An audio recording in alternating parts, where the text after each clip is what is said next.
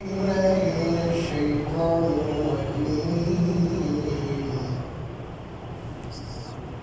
الله الرحمن الرحيم أحل لكم ليلة الصيام الرفث إلى نسائكم هن لباس لكم وأنتم لباس لهم علم الله أنكم كنتم تختانون أنفسكم فتاب عليكم وعفى عنكم فالآن باشروهن وابتغوا ما كتب الله لكم وكلوا واشربوا حتى يتبين لكم الخيط الأبيض من الخيط الأسود من الفجر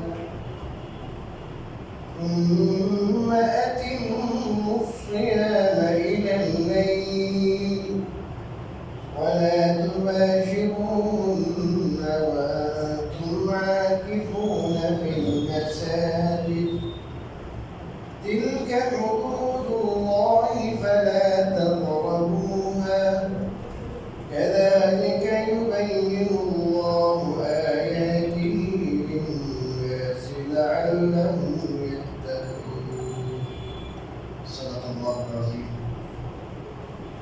সর্বপ্রথম মহান আল্লাহর দরবারে শুকরিয়া আদায় করি যে তিনি আমাদেরকে প্রতি সপ্তাহে ন্যায় আজও ধারাবাহিক তাফসীর কোরআনের মজলিসে বসার তৌফিক দান করেছেন আলহামদুলিল্লাহ। আমি আজ আপনাদের সামনে সূরাতুল বাকারার 187তম আয়াত তেলাওয়াত করেছি। আয়াতটা একটু বড়, প্রায় আধা পৃষ্ঠা। এই আয়াতে আল্লাহ রাব্বুল আলামিন এই উম্মতের জন্য একটা সুবিধার কথা বয়ান করেছেন। এর মধ্য দিয়ে আল্লাহ তাআলা আরো বেশ কয়েকটি জরুরি বিষয় বর্ণনা করেছেন। আপনারা জানেন এর আগে থেকে রোজার বিষয়ে আলোচনা করছিলেন আল্লাহ। তো রোজার মধ্যে পানাহার, স্ত্রী সম্পর্ক নিষেধ।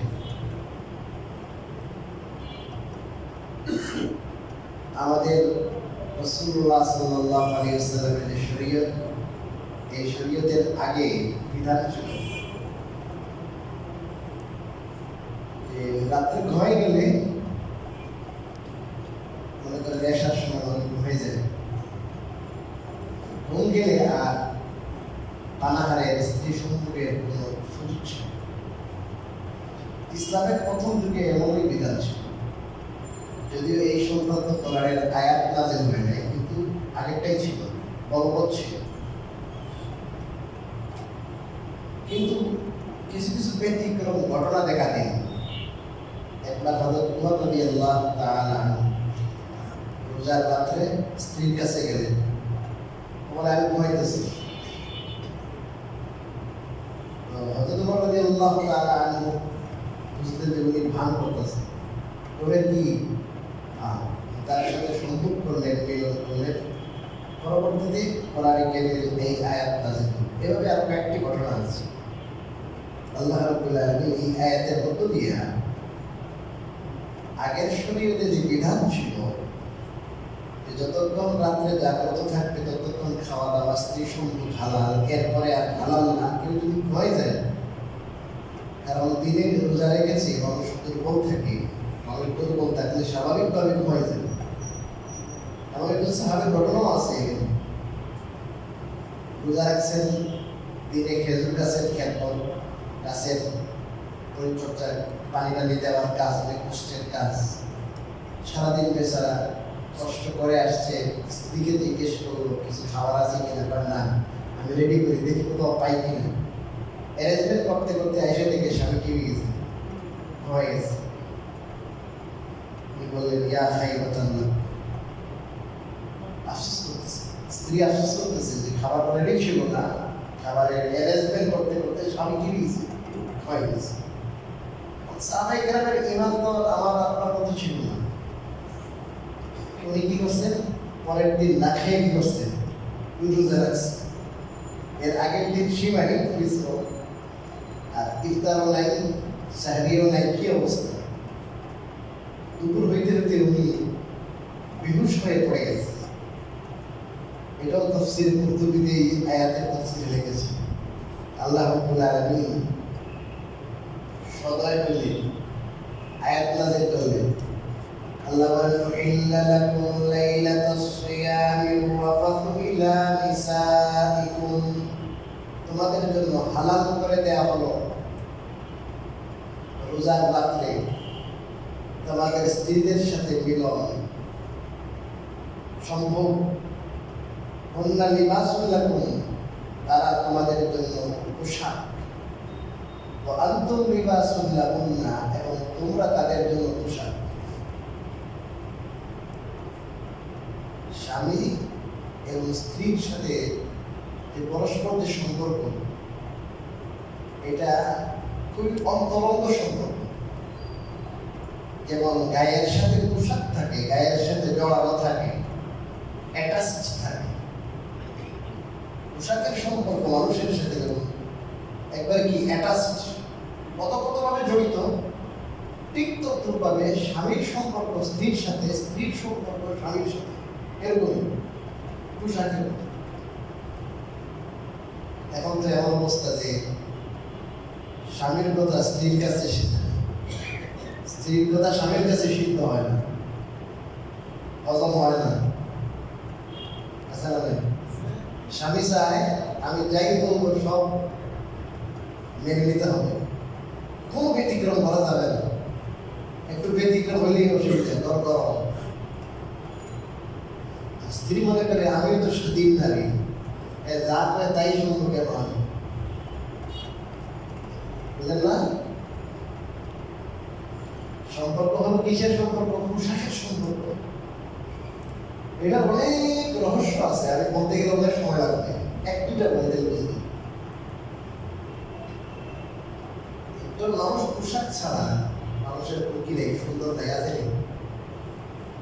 মানুষের লজ্জাস্থান, মানুষের দেহ অবয়ব সব দেখা যায়।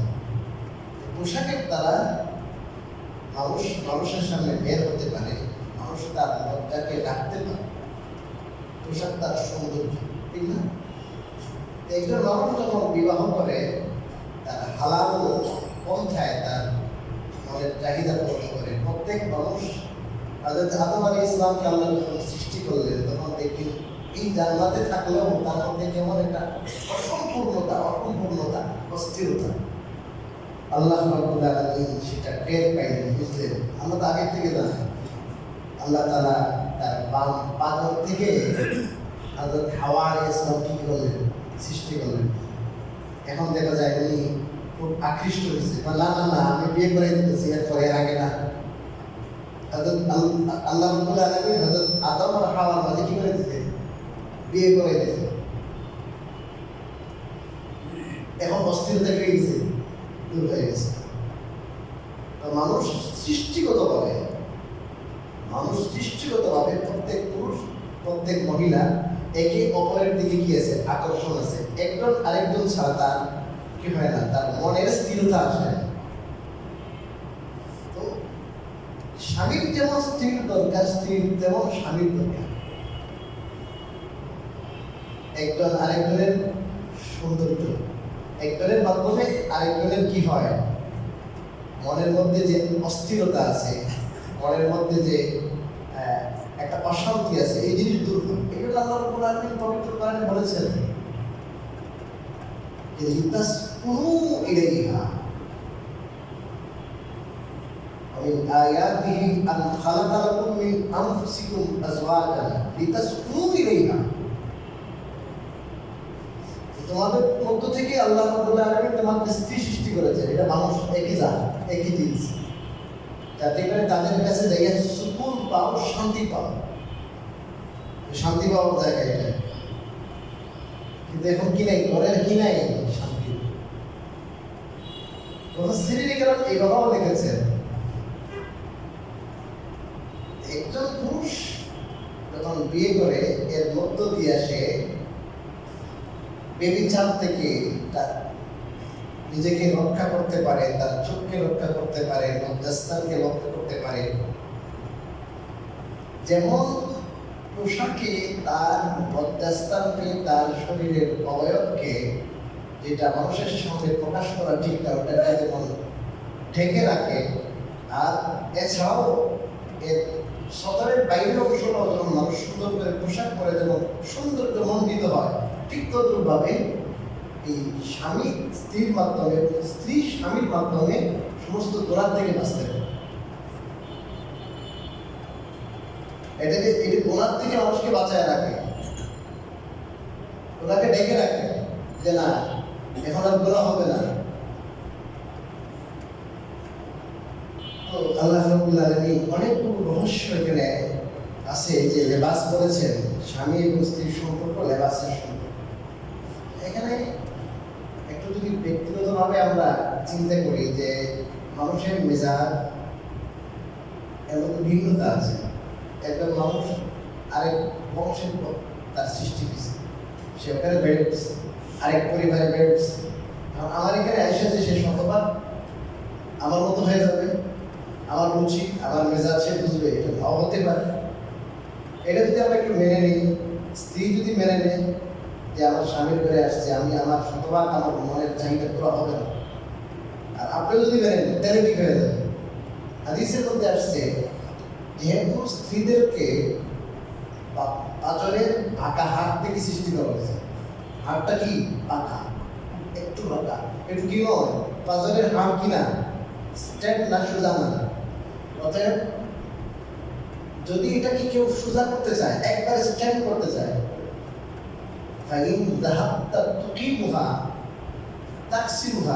যদি তুমি এটাকে একবারে সোজা করতে চাও, একবার স্ট্যান্ড করে শ্রম, সোজা করে শ্রম, বলে তুমি ভেঙে পারবে। এটা তার মানে জোড়া লাগবে না, তালাক হয়ে যাবে, সম্পর্ক কি শেষ।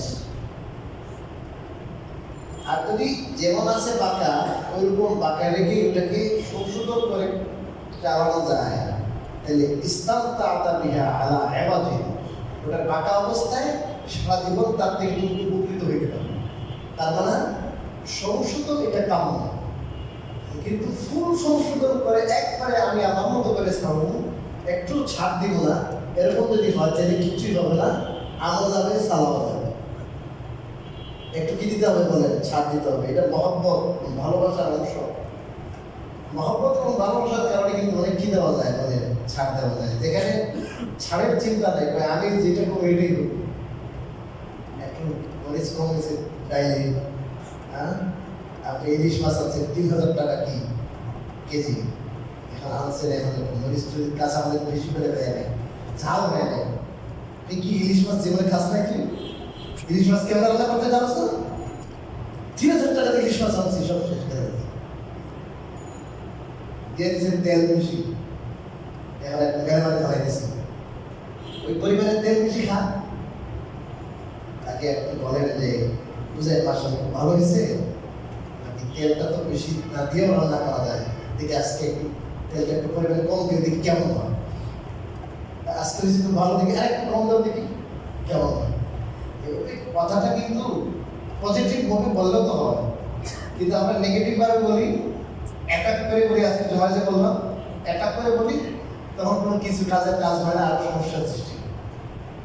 একটা কথাকে কিন্তু কয়েকভাবে বলা যায়।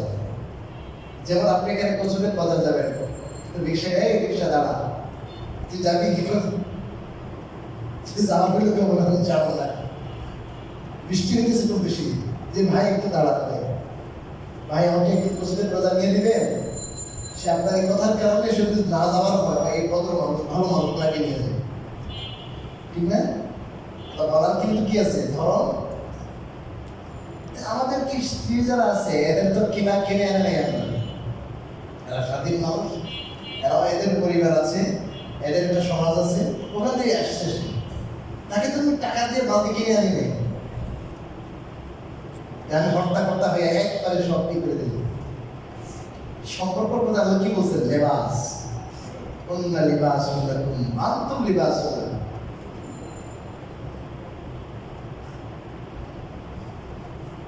علم الله أنكم كنتم تختانون أنفسكم আল্লাহ জেনেছেন যে তোমরা তোমাদের আত্মার সাথে খেয়ানত করতে, অর্থাৎ কিছু ব্যতিক্রমী ঘটনা হয়েছে, আল্লাহ তাআলা জানেন এই ঘটনাগুলো হয়েছে।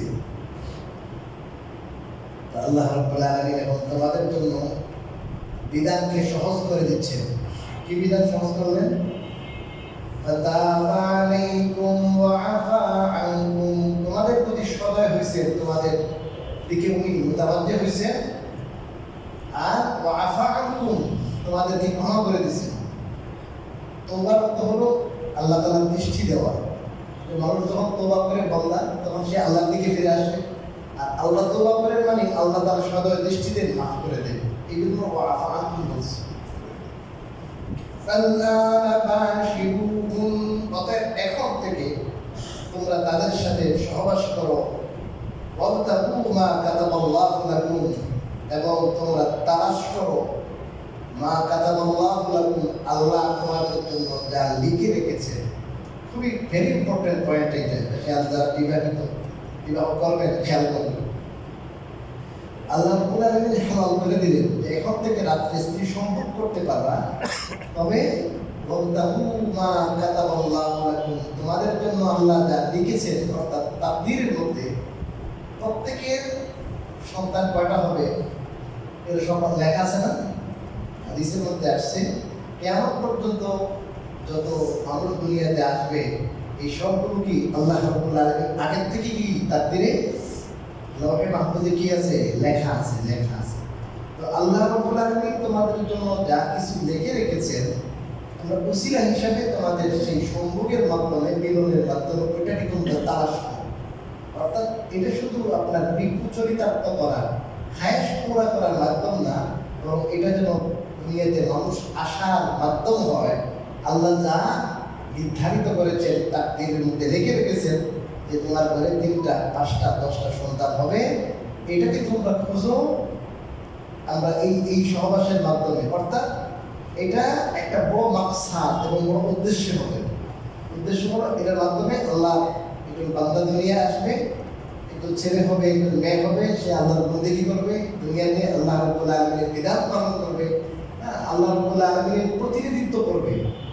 একজন মানুষ যখন দুনিয়ায় আসে, দুনিয়া আসার পরে যত আমল করলো, হাজার লক্ষ রাকাত নামাজ পড়লো, হজ করলো, উমরা করলো, আপনার দ্বীনের দাওয়াত দিল, জিহাদ করলো, এই যত কিছু করলো, এটা তো কিন্তু একটা মা বাবার মাধ্যমে হলো। এর মাধ্যমটা হলো মা বাবা। এটা মহান একটা কি হলো উদ্দেশ্য, মহান একটা উদ্দেশ্য। এই লোকটা দুনিয়া আসবে, আল্লাহর প্রতিনিধি হয়ে আসবে, আল্লাহর খলিফা হয়ে আসবে, দুনিয়া যত নেক আমল করবে, নেক আমলের মাধ্যম আপনি হইলেন না? কথা কি বুঝতে পারছেন? এটা মহৎ উদ্দেশ্য, শুধু কি না রিপু চরিতার্থ। যেমন অপরাপর যে সমস্ত জীবজন্তু আছে, এরাও কিন্তু তাদের যখন জৈবিক চাহিদা আসে, জৈবিক চাহিদা পূরণ করে, পদের মতো নয়। তোমাদের এটা বড় একটা কি থাকবে, উদ্দেশ্য থাকবে যে এটার দ্বারা আল্লাহ তোমাদের জন্য যা লিখে রেখেছেন সেটাকে তোমরা কামনা করবে। আর কথাকে আপনারা বুঝতে পেরেছেন? এটা وكلوا واشربوا حتى يتبين لكم الخيط الأبيض من الخيط الأسود من الفجر। আর তোমরা খাও এবং পান করো যতক্ষণ না আল খাইতুল আবিয়াজু মিনাল খাইতিল আসওয়াদি মিনাল ফাজর, ফজর অর্থাৎ সুবহে সাদিকের, সুবহে সাদিক যেটা ফজর মানে সুবহে সাদিক, এটাকে আল্লাহ রাব্বুল আলামিন খাইতে আবিয়াজ বলছেন। খাইত মানে সুতা, আর আবিয়াজ মানে সাদা, সাদা সুতা, সাদা সুতা।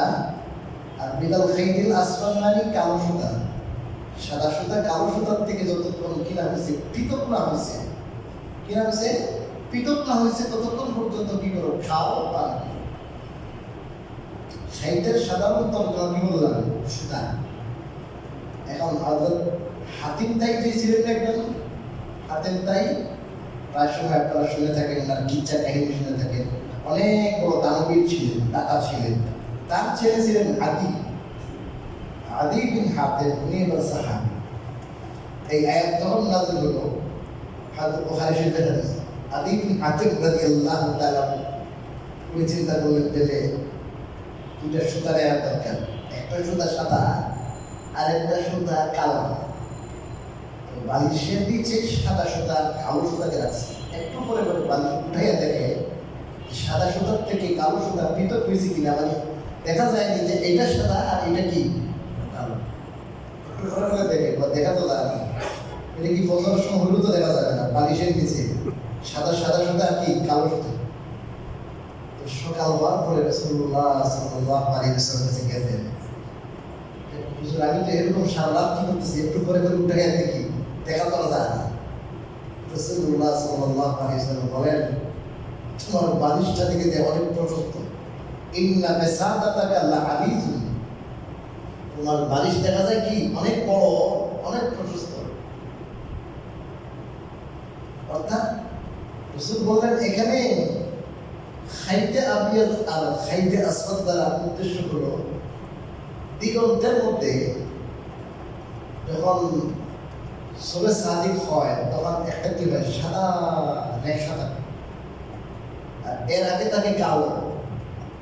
ওই কালোটার পরে কি আসে বলেন সাদা আসে। এটা কোথায় থাকে? দিগন্তে। কোন দিগন্তে? পূর্ব দিগন্তে, যেখান থেকে সূর্য উঠবে। বুঝলেন না কথা? ওই কালোটা শেষ হয়ে যাবে আর কি আসবে? সাদা। এটা তো কি হাজার হাজার মাইল, অনেক বড়। এটা কি তোমার বালিশের নিচে এসে গেল? এটা বুঝেছিলেন আল্লাহ তাআলা। অর্থাৎ সবে সাদিক হওয়া পর্যন্ত, কি হওয়া পর্যন্ত? সবে সাদিক হওয়া পর্যন্ত ওই কালো আবার যেটা আছে ওটা দূর হয়ে যাবে, আর দূর হয়ে একবারে কি আড়াই যাবে, লম্বা যেটা কি হবে সাদা হয়ে যাবে, যেটা আপনার ফজর হওয়ার লক্ষণ। এখন কি উঠতেছে? সূর্য নামা উঠবে। সূর্য নামা ওঠার আগে কি হয়ে যায় বলেন? সাদা হয়ে যায়। আগের কালোটা কি হয়ে যায়? দূর হয়ে যায়। এটাই বুঝেছি আল্লাহ তাআলা, খাইতে আসওয়াদ মানে কালো, কালো আবা, আর খাইতে আবিয়াদ মানে সাদা, অর্থাৎ সবে সাদিক। সবে সাদিক পর্যন্ত খাও পান। সুম্মা আতিম্মুস সিয়ামা ইলাল লাইল, অতঃপর তোমরা রাত পর্যন্ত রোজাকে পূর্ণ করো। রাত পর্যন্ত এই সবে সাদিক থেকে কি শুরু করবো? সবে সাদিক পর্যন্ত কি করবা? খাওয়া দাওয়া করো। এখন হঠাৎ করে আপনি খাওয়া দাওয়া করতেছেন, এখন শেষ, সবে সাদিকের টাইম হয়ে গেছে। আজান বিষয় না, বিষয়টা হলো সবে সাদিক একুরেট টাইম। একুরেট টাইম যদি আজান হয় যে বাবা এই উৎপাদন দিয়েছি তাহলে খাওয়া যায় না, সাথে সাথে কি করতে হবে? খালি খেতে হবে। মুখে আছে ওটাও কি করা যাবে না, খাওয়া যাবে না, ফেলে দিতে হবে। আল্লাহ বলেন এই সবে সাদিক থেকে শুরু করে রাত পর্যন্ত রোজাকে পূর্ণ করো।